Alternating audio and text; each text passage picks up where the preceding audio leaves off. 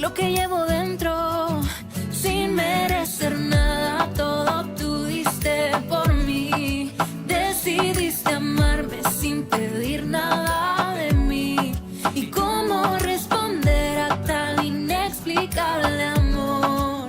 Con todo lo que siento y lo que llevo dentro. Yo te doy gracias por tu misericordia, te doy gracias por todo lo que has hecho, te doy gracias, pues nadie más me ha amado como tú. Ay, como tú. Oye, Jesús, gracias por todo lo que has hecho, porque palpita mi pecho, sobre mi cabeza un techo, camino estrecho, pero confío en tu palabra y la piedra en el camino desecho. Eres tú mi guía, mi salida, medicina para mis heridas. ¿Qué le parece si oramos al Señor y ponemos la palabra, nuestras vidas en las manos de Él? Yo le pido que cierre sus ojos, incline su rostro y vamos a pedir al Señor que nos guíe. Padre, antes de dar inicio queremos venir delante de ti, poner nuestra vida en tus manos y pedirte que en todo y por todo el nombre de Jesús sea altamente exaltado. Señor, te pido por cada persona que ha venido aquí, porque no hemos venido por nuestra propia voluntad, sino que tú nos has traído. Aún tu palabra dice, con cuerdas de amor os he atraído hacia mí. Gracias por este tiempo. Te pido, Señor, que sea un tiempo de bendición, de edificación, de aprendizaje, de intimidad contigo, como está siendo a través de la alabanza. Te ruego, Dios, que tomes mi vida, Señor, que la uses para la gloria y honra de tu nombre. Te doy gracias, Señor, en el nombre precioso de Cristo Jesús. Amén. Me ha sido, hermanos, encomendado el tema avivamiento real. Y quisiera hacer algunos comentarios o decir algunas generalidades sobre lo que representa y lo que significa un avivamiento. Se dice, hermano, que la palabra avivar significa o viene del hebreo allá y literalmente significa volver a la vida de entre los muertos. Por ejemplo, en Primera de Reyes 17:22 se dice que el alma del niño volvió a él y revivió. Esa es la palabra para avivamiento. Del Señor Jesús se dice en Romanos 14:9 que Cristo murió y resucitó y volvió a vivir. La palabra avivamiento significa entonces literalmente volver a la vida de entre los muertos. Algo muy interesante sobre el avivamiento es que cuando existe un avivamiento en una ciudad o en una iglesia, no es el hombre trabajando para Dios, sino es Dios trabajando a favor del hombre. Un ejemplo de esto es, recuerdo un pastor en Estados Unidos tenía un avivamiento en su iglesia. Dios se estaba moviendo grandemente y él tenía un cuñado que era inconverso. De hecho era enemigo de la fe. Cada vez que podía atacaba la fe de él y de su esposa. Y en una ocasión le habló y le dijo, ¿sabes qué? Voy a ir a visitarlos. Y el pastor se sorprendió. Cuando llegó, fue al aeropuerto, lo recibió y en el camino su cuñado le preguntó, oye, ¿y cómo está la iglesia? Y el pastor se sorprendió y dijo, qué raro que le interese la iglesia. Y él le comentó, pues la estamos remodelando. Y le dijo, ¿por qué no me la enseñas? Quiero ir. Y el pastor se quedó todavía más sorprendido, pero cambió de dirección y se dirigió hacia el templo. Cuando entraron al estacionamiento y este hombre se bajó del carro, cayó de rodillas y empezó a llorar. Dijo, no sé qué me pasa, pero siento algo tan grande y poderoso dentro de mí. Y el pastor lo miraba y estaba asustado. Y no podía entrar caminando, tuvo que entrar de rodillas. Ahora, no había un servicio, no había alabanza, era un día entre semana, el templo estaba cerrado, el templo estaba oscuro, pero ese hombre estaba entrando a una circunferencia de avivamiento donde no es el hombre trabajando para Dios, pero es Dios trabajando a favor de los hombres. Como pudo llegó casi arrastrándose al altar, y ahí le entregó su vida a Jesús. Ese es un avivamiento. Se dice, y ha habido muchos avivamientos en la historia, en las naciones. Se dice que un avivamiento no dura para siempre, pero sus efectos son perdurables. Queda la genética de ese avivamiento. Por ejemplo, ¿quién no ha oído hablar de la calle Azusa? Que hasta nuestros días podríamos decir que hay diferentes semillas que brotan aquí y allá. Entonces, si bien un avivamiento no dura para toda la vida o no dura para siempre, pero sus efectos son perdurables. Hablemos, por ejemplo, de Juan Wesley. Cuando él empezó a predicaba a las 5 de la mañana, a veces nevando, y las multitudes se agolpaban en las plazas públicas, y la gente caía de rodillas, gimiendo, llorando, y él mismo se asustaba, iba y les decía, ¿qué está pasando? ¿Por qué estás así? Y la gente le decía, es que veo el infierno abierto delante de mí. Y entonces él le decía, pues entrégale tu vida a Jesús. Y hacían la confesión de fe, y ese llanto de temor era cambiado por un llanto de alegría y de gozo. Ese movimiento ya pasó, pero todavía el metodismo está con nosotros. El avivamiento terminó, pero sus secuelas permanecen.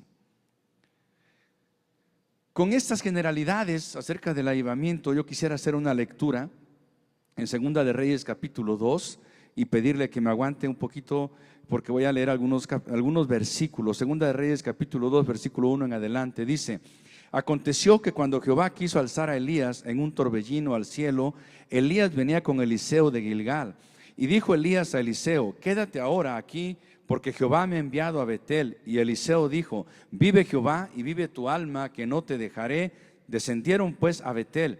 Y saliendo a Eliseo, los hijos de los profetas, yo quiero que subraye esta expresión, los hijos de los profetas que estaban en Betel, le dijeron: ¿sabes que Jehová te quitará hoy a tu señor de sobre ti? Y él dijo: sí, yo lo sé, callad.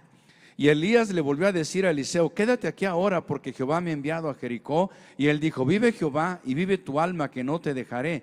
Vinieron pues a Jericó y se acercaron a Eliseo los hijos de los profetas. Otra vez encontramos aquí esta expresión, los hijos de los profetas que estaban en Jericó, y le dijeron: ¿sabes que Jehová te quitará hoy a tu señor de sobre ti? Él respondió: sí, yo lo sé, callad.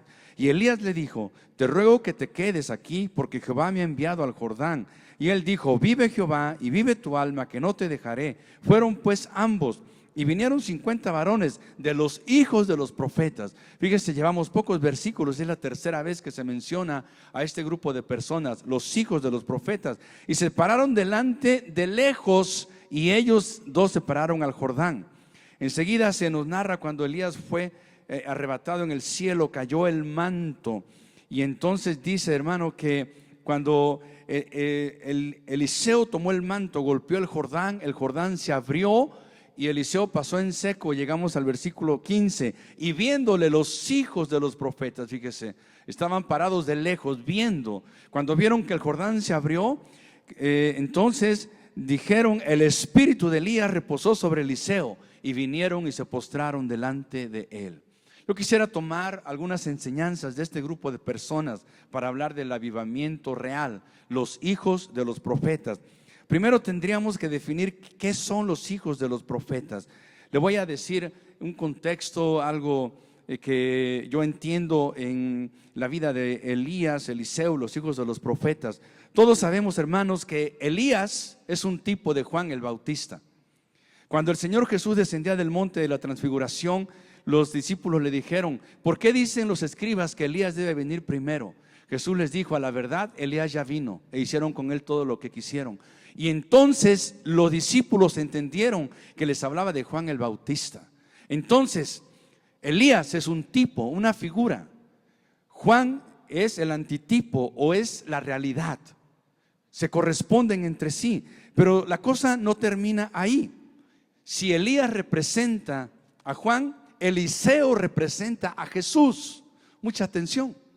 Fíjese bien, Veamos las similitudes entre estas cuatro personas. Elías y Juan el Bautista vestían igual. Dice la Biblia que tanto Elías como Juan tenían vestido de pelo y un cinto de cuero en sus lomos. Ambos eran personas solitarias, pero lo más importante, su predicación y ministerio era de justicia. Era el hacha puesta sobre el árbol que no daba fruto. ¿Sí? Ambos se enfrentaron a un gran enemigo que era mujer. Elías enfrentó a Jezabel y Juan enfrentó a Herodías. Jezabel pidió la cabeza de Elías cuando le dijo: mañana te voy a hacer lo que le hiciste a los profetas de Baal, así como los degollaste, te voy a degollar. Y Herodías pidió la cabeza de Juan y le fue entregada en una charola. Vea las similitudes. Ahora veamos a Eliseo y a Jesús. Ellos dos ejercieron un ministerio de gracia, un ministerio pastoral. Se parecen en muchas cosas. Jesús realizó la multiplicación de los panes. También Eliseo, en el capítulo 4 de Segunda de Reyes, multiplicó los panes. Eliseo, cuando estaba en el Jordán, recibió de arriba, cuando Elías estaba siendo tomado, el manto profético, la unción. Jesús, cuando estaba en el Jordán, también el Espíritu Santo descendió sobre él como una paloma. En general, estos dos ministerios, el de Eliseo y el de Jesús, se corresponden. Son ministerios pastorales, son ministerios de gracia, de restauración, de amor. Ellos no son solitarios, ellos aman la confraternidad. Jesús tenía a sus discípulos y Eliseo tenía a los hijos de los profetas, que era una escuela de estudiantes de la palabra dedicados al servicio a Dios. Y si vamos más allá, hermanos, bueno, pues también tenemos a Jezabel siendo un tipo y Herodías el antitipo. Y también tendríamos, por ejemplo, a Acab manipulado por Jezabel y a Herodes manipulado por Herodías. Ahora llegamos a los hijos de los profetas. Fíjese bien, si Elías representa a Juan, Eliseo representa a Jesús, los hijos de los profetas representa a la iglesia. En el libro de Hechos, el apóstol Pedro, cuando predica, en el capítulo 3, en uno de sus últimos versículos, dice: vosotros sois los hijos de los profetas. Así que, amados hermanos, el grupo de los hijos de los profetas del tiempo de Eliseo representa a la iglesia. Los hijos de los profetas no eran hijos biológicos de algún profeta, eran hombres que se dedicaban a servirle a Dios y se agrupaban para aprender, guiados por un profeta mayor, a quien llamaban padre espiritual. Ahora, nosotros vamos a ver primero algunas cosas muy interesantes.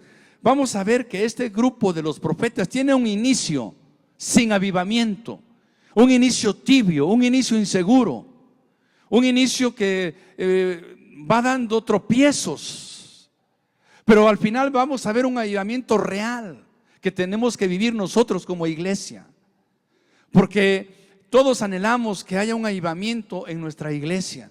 Todos anhelamos que haya un avivamiento en tu hogar. ¿Cuántos quieren un avivamiento en tu hogar? Para que tus hijos, para que tu familia lleguen a este lugar y entreguen su vida al Rey de Reyes y al Señor de los Señores. Veamos, hermanos, cómo inicia este grupo de los hijos de los profetas que representa a la iglesia. Cuando en el capítulo 12 nos dice que Elías y Eliseo van a Gilgal y a Jericó, y en esos lugares hay hijos de los profetas, y cuando van llegando le dicen a Eliseo: ¿sabes que hoy el Señor te quitará, Jehová te quitará a tu Señor? O sea, a Elías. Fíjese cómo tienen un conocimiento profético, cómo conocen la verdad, así como la iglesia conocemos lo que va a pasar en el futuro. Tenemos esa ventaja en relación al mundo, porque el mundo no sabe lo que viene, pero usted y yo sí sabemos que Cristo viene otra vez. ¿Cuántos dan gloria al Señor? Estos hombres sabían que Elías iba a ser arrebatado, pero me llama la atención que Eliseo le dice: cállense. 2 veces los calla: cállense, callad. Ahora, cuando alguien es callado es porque, o cuando a alguien se le dice que se calle, es porque algo anda mal. Por ejemplo, cuando el pueblo en el tiempo de Josué rodeó Jericó, Dios le dijo que rodearan la ciudad, pero en silencio. dijo Josué al pueblo: ni una palabra saldrá de tu boca. Yo siempre me pregunté, bueno, ¿por qué Dios quiso que el pueblo rodeara Jericó en silencio? ¿Sabe por qué? Porque cuando fueran marchando y vieran las murallas, no iba a faltar quien dijera: algo está mal en esa estrategia. Esas murallas están muy gruesas, ¿cómo se van a caer nomás dándole vueltas? Y cuando alguien empieza a hablar en incredulidad, alguien más se contagia. Y cuando alguien empieza a hablar una murmuración, alguien más se contagia y todos terminan hablándola. Entonces Dios sabía que el pueblo era incrédulo y dijo: mejor quiero que guardes silencio. En este momento no tienes palabra de edificación, guarda silencio, callad. A Zacarías, el anciano, cuando estaba ministrando, el ángel le dijo: vas a tener un hijo. Y era un anciano, probablemente él oró por un hijo cuando era joven. Pasaron tantos años que se olvidó de su oración y no lo creyó. Entonces el ángel le dijo: quedarás mudo por cuanto no creíste, porque si sigues hablando vas a echar a perder el milagro. No vas a creer, y en lugar de salir confesando el poder de Dios, te voy a dejar callado. Mire cómo Elías le dice a estos hombres: cállense. En este punto, los hijos de los profetas representan una iglesia que tiene revelación, que tiene enseñanza, pero no tiene una palabra profética verdadera de poder para el mundo que nos rodea. Y eso habla de una falta de avivamiento. Y cuando es así, hermanos, mejor hay que callar. Porque hay gente que quiere evangelizar a otra y termina peleándose. ¿Por qué? Porque no tiene palabra de Dios. Entonces cállate. Porque lo vas a atacar, porque lo vas a ahuyentar, porque vas a dañar esa tierra. Y cuando alguien más le quiera hablar, va a estar predispuesto. Entonces cállate. Es una iglesia que tiene conocimiento, pero no tiene la palabra de poder para ese momento. Vemos más adelante que cuando dice aquí la escritura que Eliseo, que no se despegaba de Elías, llega al Jordán. Y entonces cuando llega al Jordán, dice que los hijos de los profetas se pararon de lejos a mirar. Fíjese bien, si Elías era la fuente de la unción, había que estar cerca de Elías y de Eliseo. Y los hijos de los profetas están mirando de lejos. Así como cuando Pedro siguió al Señor la noche que lo arrestaron, de lejos. Y cuando sigues de lejos al Señor, vas a caer como cayó Pedro. Hay gente que sigue de lejos al Señor. Voy nada más los domingos a la iglesia. Y voy, pero no me comprometo. Orar, no, la guardia de oración, eso es para los débiles. Oiga, en la iglesia yo hay gente que nunca he visto en la guardia de oración. Y digo, ¿cuánto poder tiene esta gente que no necesita ni orar? ¿Qué le parece? Y van siguiendo de lejos al Señor, tan de lejos. Luego están de espectadores. Oiga, era un momento crucial. Elías iba a ser arrebatado. Eliseo había pedido una doble unción. ¿Sabe por qué? Porque Elías venció a los profetas de Baal, pero Jezabel estaba viva. Por eso Eliseo le dice: ¿sabes qué? Tú te vas, pero yo necesito una doble unción, porque tengo que enfrentar a Jezabel.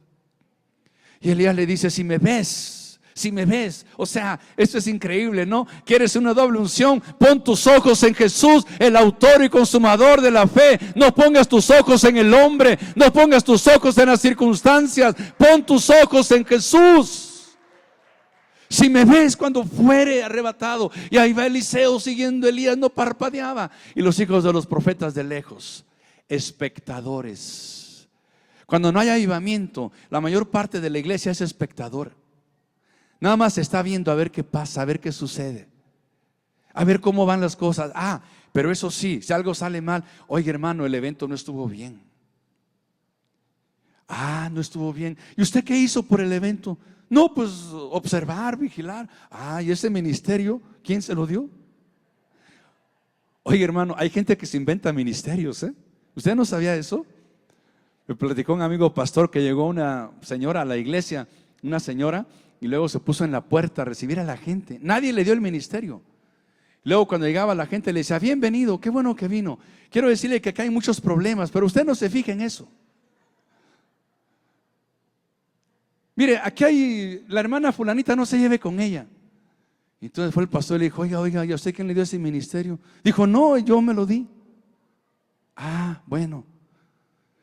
Cuando Eliseo toma el manto y golpea el Jordán, él está corriendo un riesgo, porque si el Jordán no se hubiera abierto, significaba que Eliseo no tenía la unción. Pero hay hombres que van a correr ese riesgo. Hay hombres que van a decir: vamos a hacer algo por Dios. Si no funciona, pues ni modo, pero vamos a correr el riesgo. Vamos a golpear el Jordán. Vamos a orar por los enfermos. Vamos a abrir un lugar más grande. Vamos a evangelizar. Vamos a pensar en grande. Y siempre que haces algo, corres el riesgo de fracasar. Pero los que caminan con Dios no le tienen miedo al fracaso. Y toma el manto y golpea el Jordán, y algo grande sucede. Se abren las aguas, y ahora sí van los hijos de los profetas. Ahora sí, el Espíritu de Dios está sobre Elías. Ahora sí van, hermano, Eliseo, aquí estamos para servirte. Mire cómo la gente que es espectadora solamente está viendo. Si las cosas salen mal, ellos no tuvieron que ver. Pero si las cosas salen bien, entonces, nos salió bien todo, hermanos. Qué bueno, ¿verdad? Oye, en una ocasión en la iglesia había una hermana que de ella salió, dijo: pastor, yo quiero vender burritos los miércoles. Pues véndalos, hermana. Y quiero guardar el dinero para los niños. Pues guárdelo. Pero luego llegó otra hermana y le dijo: hermana, es que hay mucho trabajo para usted. Fíjese. Y esa hermana no hacía nada. Y luego fue la hermana de los burritos y le dije: hermana, ¿quién le puso en su corazón hacer eso? Pues Dios. Y la voz de esa hermana, con todo respeto, no es la voz de Dios. La gente que es espectadora, que no se involucra, siempre va a tener una crítica destructiva. Cuando la iglesia no está en avivamiento, están como este grupo de profetas, de los hijos de los profetas, que están mirando de lejos. Luego vemos que cuando Eliseo es arrebatado, van y le dicen a Elías: busquemos a tu señor, aquí hay 50 profetas, aquí hay 50 hombres, vamos a buscarlo. Fíjese bien. O sea, están hablando cosas fuera de lugar. Por eso es mejor que cuando la gente no tiene nada que hablar, guarde silencio. Alguien dijo: me he arrepentido de haber hablado, pero jamás de haber guardado silencio. Ellos están diciendo: bueno, Elías fue tomado en el cielo, pero ¿qué tal si se le cayó al Señor? A lo mejor está por allá en la montaña. Oye, imagínense si a Dios se le hubiera caído Elías. Yo tuviera miedo del arrebatamiento. Yo le diría: Señor, si se te cayó uno, vas a venir por millones. Y Eliseo les dijo: no. Hasta que lo avergonzaron, lo hicieron sentir que no le importaba Elías. Y les dijo: vayan, hagan lo que quieran. Mire, 3 días lo buscaron y no lo hallaron. Y Eliseo les dijo: ¿no les dije que no lo buscaran? ¿Sabe que cuando no hay un avivamiento, vemos a la gente haciendo cosas que Dios no les mandó que hicieran? Yo conozco gente que hace cosas que Dios no le mandó que hicieran. Y no quisiera poner ejemplos, pero hay muchos ejemplos. Yo he visto personas que hacen cosas que Dios no les mandó. ¿Y cuántos recursos se desperdiciaron? 3 días de trabajo, 3 días de esfuerzo, 3 días de fatiga, de buscar y buscar. Cuando no tenemos un avivamiento, hacemos cosas y desperdiciamos recursos y queremos hacer más y más y más, y caemos, hermanos, en un activismo. Y aquí es donde nosotros tenemos que actuar y detenernos y decirnos: Señor, si hacemos cosas que no dan resultado, vamos a detenernos y vamos a buscar tu dirección. Se habla de un misionero en la India llamado John Hyde. Dice que este hombre oraba y si tenía tiempo comía. Él oraba y si tenía tiempo dormía. Él oraba y si tenía tiempo confraternizaba. John Hyde tenía sus piernas completas, pero solo sabía usar sus rodillas. Él nos enseñó que en el evangelismo una noche de oración puede lograr más que un año de activismo. Por eso, hermano, quiero decirles que es importante hacer un diagnóstico en nuestras vidas, en nuestras casas, en nuestra iglesia. Por último, para ver cómo este grupo está desconectado de la unción, desconectado del avivamiento. En el capítulo 4 se nos narra que uno de los profetas, uno de los hijos de los profetas murió y dejó muchas deudas. Entonces vino el acreedor y se iba a llevar a sus hijos como esclavos. La viuda vino con Eliseo y le dijo: el acreedor se va a llevar a mis hijos. Mire, vemos a los hijos de los profetas desconectados con las nuevas generaciones. Mueren y dejan a los nuevos, a la nueva generación sin una fe, sin una base, sin una estructura. No se conectan con las nuevas generaciones, hermano. Este hombre murió y dejó a los jóvenes, a sus hijos, a merced del acreedor que representa al diablo. Nosotros tenemos que asegurarnos de dejar una herencia, de dejar un legado, de dejar una fe a las nuevas generaciones. Tenemos que asegurarnos que cuando seamos llevados, un manto vaya cayendo, por lo menos sobre tus hijos, sobre los jóvenes, sobre aquellos que vienen atrás de nosotros. Tenemos que enseñarle a nuestros hijos, hermano, que Dios no cambia. Las leyes cambiarán, pero quiero decirte algo que es importante enseñarle a los que vienen atrás de nosotros y decirles: no siempre lo que es legal es bíblico. Las leyes se van a volver antibíblicas, pero Dios sigue siendo el mismo. No importa que la ley diga que el matrimonio puede ser en personas del mismo sexo. La palabra de Dios dice que es pecado, y aunque sea ilegal, tenemos que seguir predicando la verdad. No podemos irnos y dejar una generación a la cual no impactemos. Yo siempre he dicho: cuando yo me muera, espero que no sea pronto, todavía tengo cosas que hacer. Pero una vez le dije a mis hijas: miren, hijas, si un día yo no estoy aquí y ustedes tienen la opción de tomar una decisión, y ustedes se preguntan: ¿qué haría mi padre en mi lugar? Y toman la decisión correcta, habrá valido la pena predicar. Habrá valido la pena vivir. Yo creo, hermanos, que los hijos de los profetas, ellos vivían en su mundo.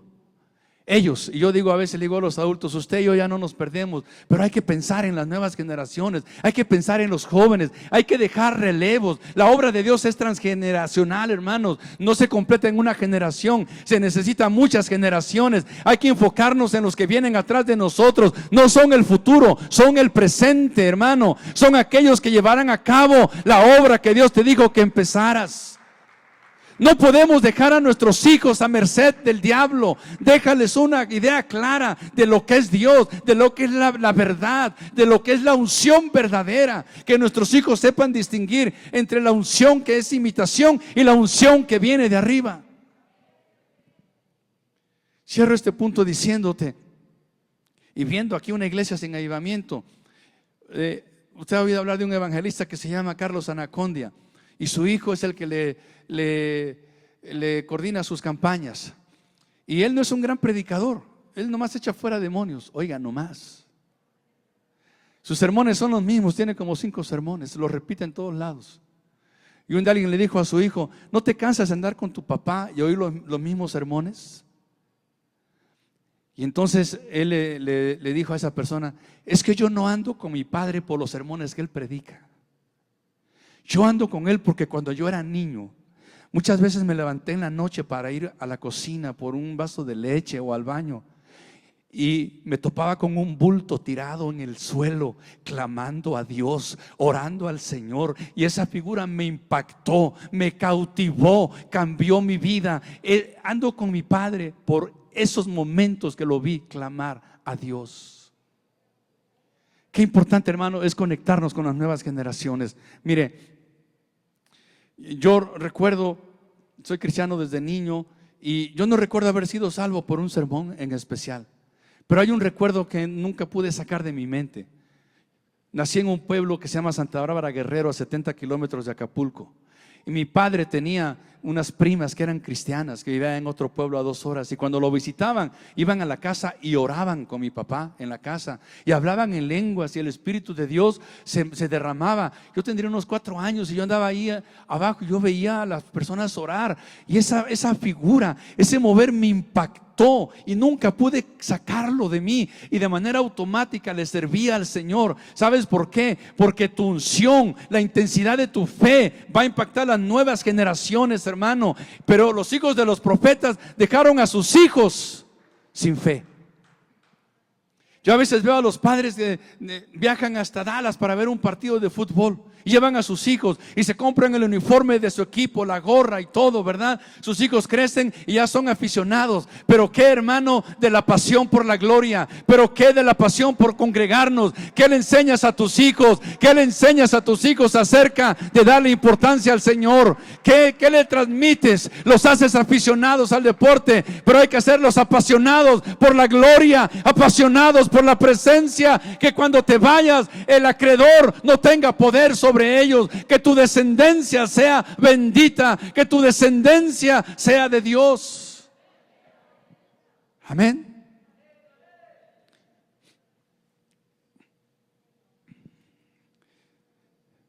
Pero hermanos, hasta ahí vemos este grupo de los profetas como una iglesia sin futuro, como una iglesia apagada, como una iglesia desconectada, una iglesia sin avivamiento, sin pasión. Pero gracias a Dios que Dios es fiel. Y luego llegamos más adelante al capítulo 4 y se nos dice que hubo una reunión y ahí estaba Eliseo, y luego dice, y Eliseo volvió a Gilgal cuando había una grande hambre en la tierra y los hijos de los profetas estaban con él. Fíjese cómo aquí ya empezó a cambiar la cosa. Ahora sí estaban con él, ahora sí entendieron que la fuente de la unción en ese momento era Eliseo. Y recuerde que Eliseo representa a Jesús, y si nosotros queremos un avivamiento tenemos que permanecer en Cristo, hermano, tenemos que permanecer en Él. Esa es la clave.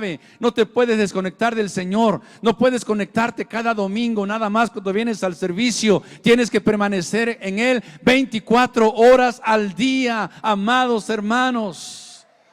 En la parábola de la vid verdadera, el Señor dijo: permaneced en mí, porque separados de mí nada podéis hacer. 11 veces el Señor menciona el verbo permanecer, como diciéndoles: se los voy a repetir para que no se les olvide. Permanezcan en mí, y otra vez permanezcan en mí. 11 veces les dijo: permanezcan en mí para que lleven fruto.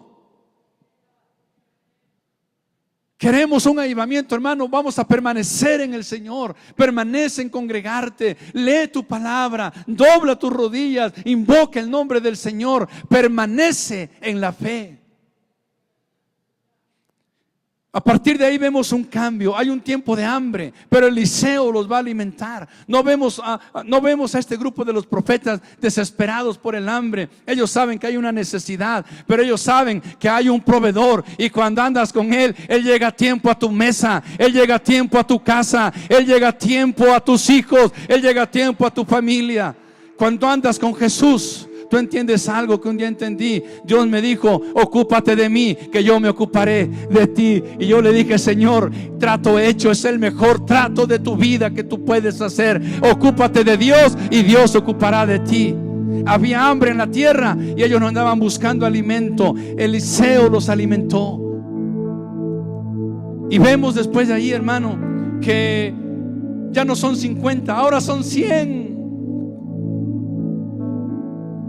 Fíjese bien, hubo un crecimiento. No se nos dice que hubo evangelismo, no se nos dice que hubo actividad. Y no quiero decir que no evangelices, hermano, síguelo haciendo. Pero el crecimiento aquí no fue producto de la actividad de los hijos de los profetas, fue producto de que ya había un avivamiento real. Y cuando hay un avivamiento real, ¿sabes qué dijo el Señor? Si yo fuere levantado, hablaba de la cruz, a todos atraeré a mí mismo. Cuando levantamos a Cristo, hermano, la gente viene sola. Cuando exaltamos a Cristo, el pecador llega solo. Cuando glorificamos el nombre del Señor, Él atrae a todo el mundo. Y aquí vemos que ya no son 50, ahora son 100. Están entrando en una fase de avivamiento. Gloria al Señor. En el capítulo 6 vemos que dicen: mire la evolución del sin avivamiento a un avivamiento. Los hijos de los profetas dijeron: el lugar en que moramos contigo, le dijeron a Eliseo, es estrecho. O sea, ha habido un avivamiento, ha habido un mover, ha habido un crecimiento. Y dicen: edifiquemos un lugar más grande. Pero ¿sabe qué? Le dicen a Eliseo: pero ve con nosotros.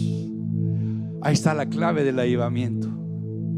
Señor, vamos a hacer algo, pero antes de hacerlo vamos a orar a ver si tú lo apruebas, porque si no lo apruebas, no moveremos ni un dedo. Haremos todo lo que esté en tu santa, perfecta y bendita voluntad. Vea cómo aquí se están moviendo a otro nivel, vea cómo está habiendo un crecimiento. Pero ellos ahora sí, recuerda que al principio miraban a Eliseo de lejos, pero ahora andan juntito de él. Cuando andas con Cristo, hermano, ¿sabes qué? Las cosas son diferentes. Cuando andas con Cristo, los problemas se resuelven.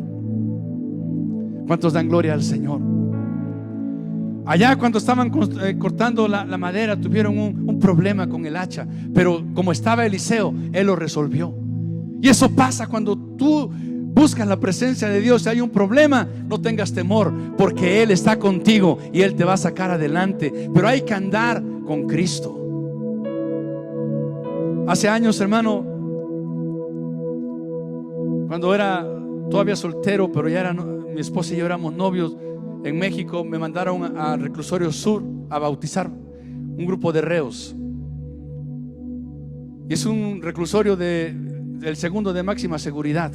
El pastor allí era un periodista que había tenido problemas políticos, se fue a la cárcel.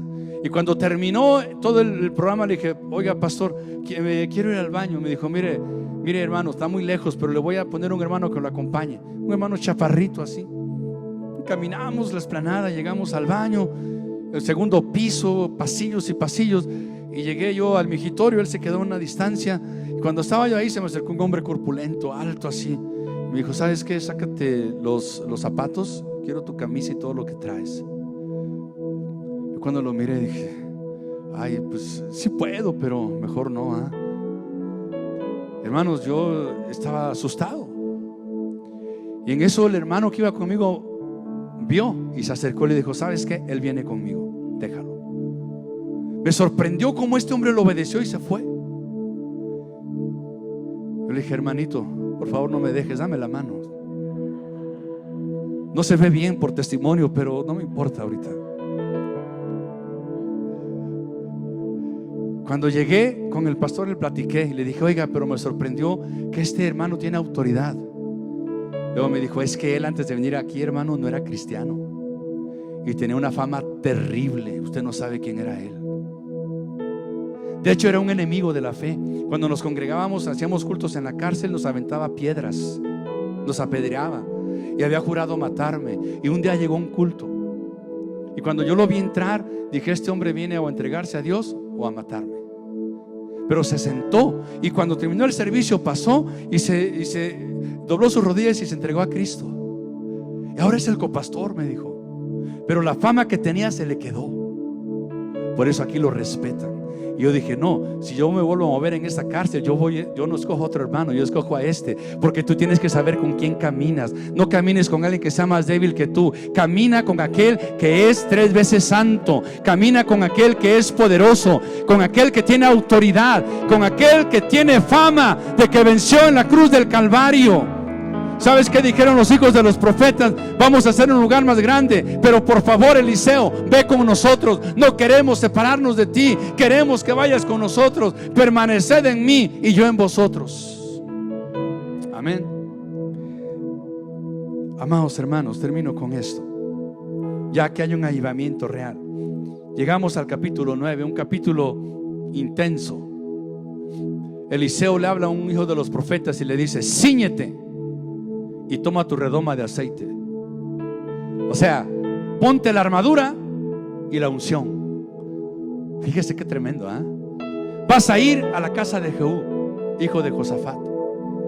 Allá hay varios de sus hermanos y vas a llegar con él y lo vas a meter a un cuarto y le vas a decir: así dice el Señor, ¿verdad? Yo te he puesto como rey, como príncipe sobre mi pueblo.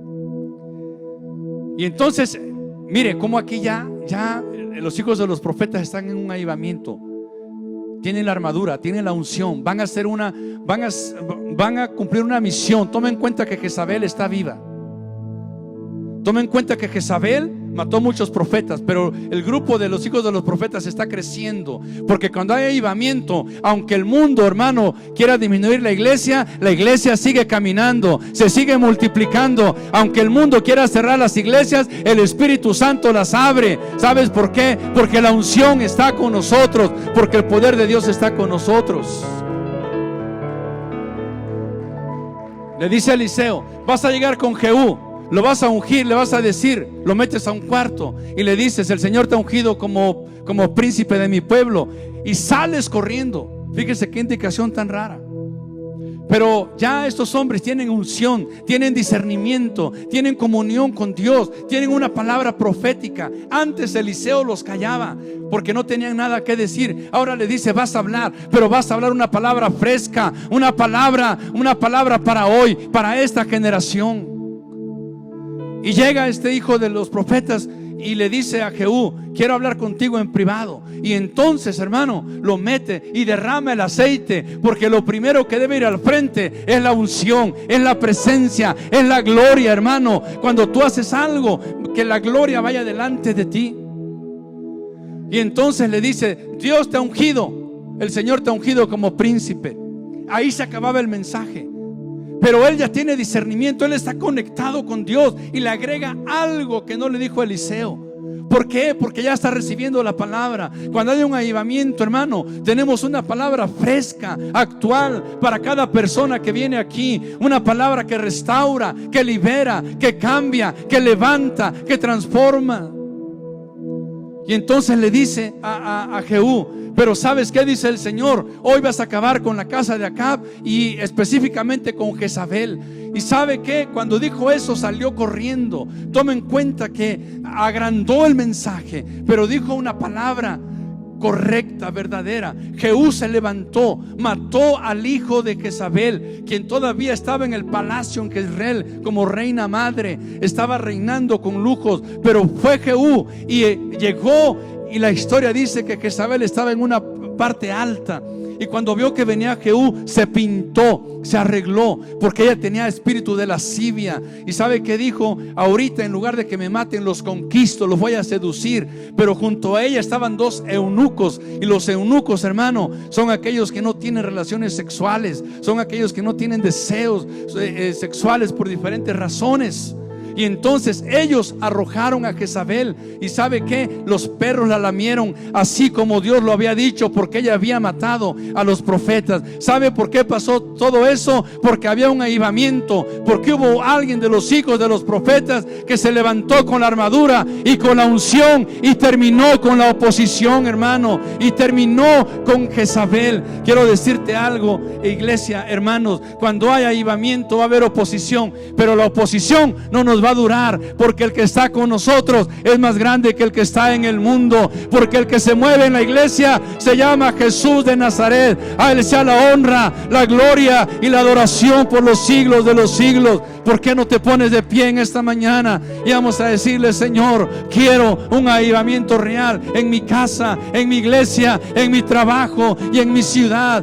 No quiero trabajar por ti, por favor, trabaja por mí. Pero también quiero pedirte que me des la unción, que me des la unción verdadera. No quiero ser espectador, quiero ser parte de lo que está pasando en tu obra. Quiero ser parte del mover, quiero ser parte del mover espiritual que está pasando. Amada iglesia, quiero decirte que antes que Cristo venga, habrá un avivamiento poderoso en la tierra. Habrá un avivamiento, porque Cristo viene por una iglesia pura, santa y sin mancha, y porque Dios todavía tiene pueblo en El Paso, Texas, y declaramos que muchos vendrán a las plantas de Jesús. ¿Cuántos dicen amén? ¿Cuántos dicen amén? Y entre ellos, que hermano, declaramos a tu descendencia bendita para Cristo, a tus hijos, a tus nietos y a las nuevas generaciones. A Él sea la gloria por los siglos de los siglos.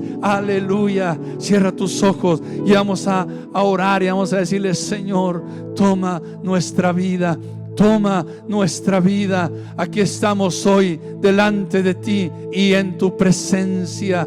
Oh Señor, toma, Señor, a tu iglesia. Toma a tu pueblo, Jehová de los ejércitos, en esta hora. Como Eliseo le dijo a estos hijos de los profetas: no es tiempo de hablar, sino de buscar la unción, de buscar el manto profético, de buscar la presencia, de buscar la gloria, de buscar la unción. Es tiempo de buscar un avivamiento, iglesia. Es tiempo de que le digamos al Señor: queremos movernos a otro nivel. Queremos decir: este lugar es estrecho, buscaremos otro, pero ve con nosotros, pero ve con nosotros. Oh Señor, oh aleluya, gloria a tu nombre, gloria a tu nombre. Si anhelas un avivamiento, tienes que clamar por él, tienes que buscar la presencia del Señor, tienes que decirle: oh Dios, te anhelo. No hay nada más que anhele que tu gloria. No hay nada más que tu presencia.